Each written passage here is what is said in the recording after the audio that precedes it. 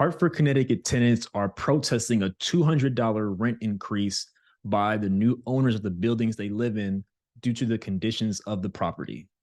Welcome to the Black Real Estate Dialogue. Appreciate you tuning in. So the way we're going to do this today is we're going to actually watch a news clip of what I just talked about, the tenants protesting the $200 rent increase.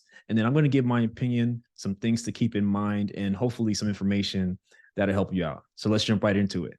Here are some of the things that the tenants were asking for today in this press conference. They're asking for affordable housing, safe conditions, accountability, better living conditions, and fair rent. Now, some of these tenants also told me today they are facing a $200 rent hike with the new owners of this building, but they haven't been able to get in contact with them. So now, instead of that rent hike, they're asking for a change to happen today. Housing is a human right. The rent is too damn high. Dozens of advocates stood in solidarity with Hartford residents who called 267 and 271 Wethersfield Avenue home to demand action from new property owners. People like Alberto Gomez, who has lived in this building for 16 years after coming to Hartford from Mexico. Through a translator, he shared the daily experience he, his wife, and kids are facing. I do believe that this is the land of opportunities, but unfortunately we are living in conditions that are very similar to what I left at home.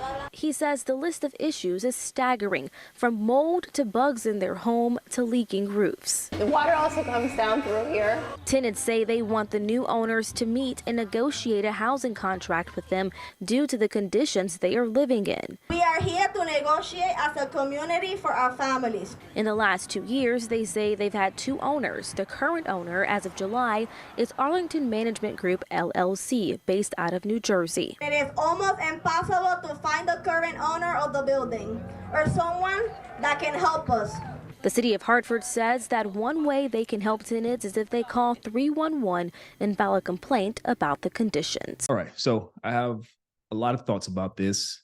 And the first thing is it breaks my heart to know that this gentleman has been living there for 16 years. And I just wonder if he's ever received any education on homeownership, what his job is like, or what type of information he might have about buying a home, because that's a very, very long time to be renting in the same place. But who knows the situation. So I did some research and I wanted to see if Connecticut has rent control. So Connecticut actually does not have rent control. And so that is just some background information that I wanted to gather and that you probably are wondering about, because I posted this on Instagram and a lot of the comments were about that, about rent control. It should be illegal. But technically speaking, in areas that don't have rent control and that are landlord friendly, you can increase the rent pretty much by however much you want. Now, any landlord who's smart will keep their rent in line with the market rate.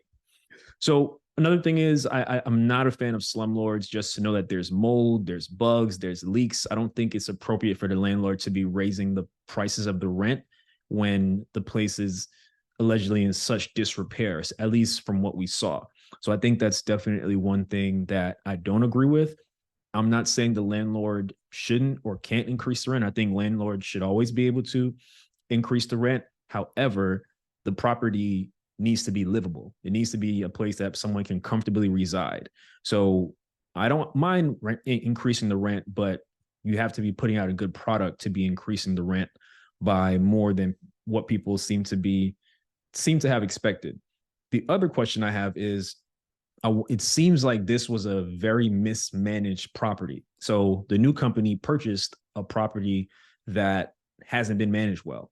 And so with that they bought a mess, right?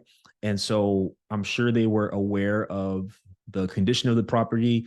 Presumably they were paying below market rents. If a building is mismanaged to that extent, I can only assume that tenants are receiving below market rent because they're not getting a good product. So they're probably paying below market.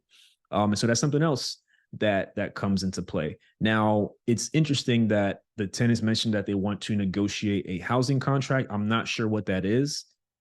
That's, to me, a lease. It sounds like they're trying to get some sort of agreement outside of the lease. So I'll be curious to know What are the terms of their leases? What leases do they have currently? Perhaps they mean they want a new lease and to align on certain things. Who knows? There's a lot of unknown here. There's a lot that we don't know. There's a lot of information that we don't have.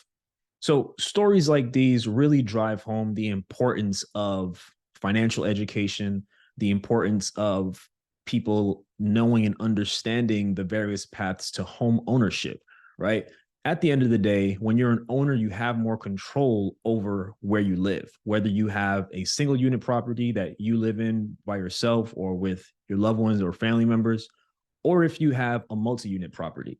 And my encouragement to you, to anyone out there who is experiencing living under a slumlord is one, like they said here, follow the protocols in your city to report the building, right? So if you are living in substandard living, I'm not talking about, one of the shades is cracked or something. I'm talking about big things like mold, bugs, roof leaking, things not working. If the management company is not going out of their way to remedy the issue, then you should follow the similar protocol in the city that you live in. Also, educate yourself. This is a great page to educate yourself on various types of real estate. No matter where you started, it is possible, right? So look into things like the NACA program, which is 0% down, zero closing costs. Look into the FHA loan, which allows you to put as low as 3.5% down on a property. Fannie Mae just put out a new program that'll launch on November 18th, where you can put 5% down on a multi-unit property. So look into opportunities like that. That goes for folks living in situations that are not the most desirable, and for everyone, right? Stories like these make it more important for me to do what I do with this movement, with this page, to give education and let you all know how you can invest in real estate. So definitely not the most ideal circumstance. Let me know what you think. Comment below. I'm cool if you agree. I'm cool if you disagree, but definitely let me know what you think. And also make sure you like this video.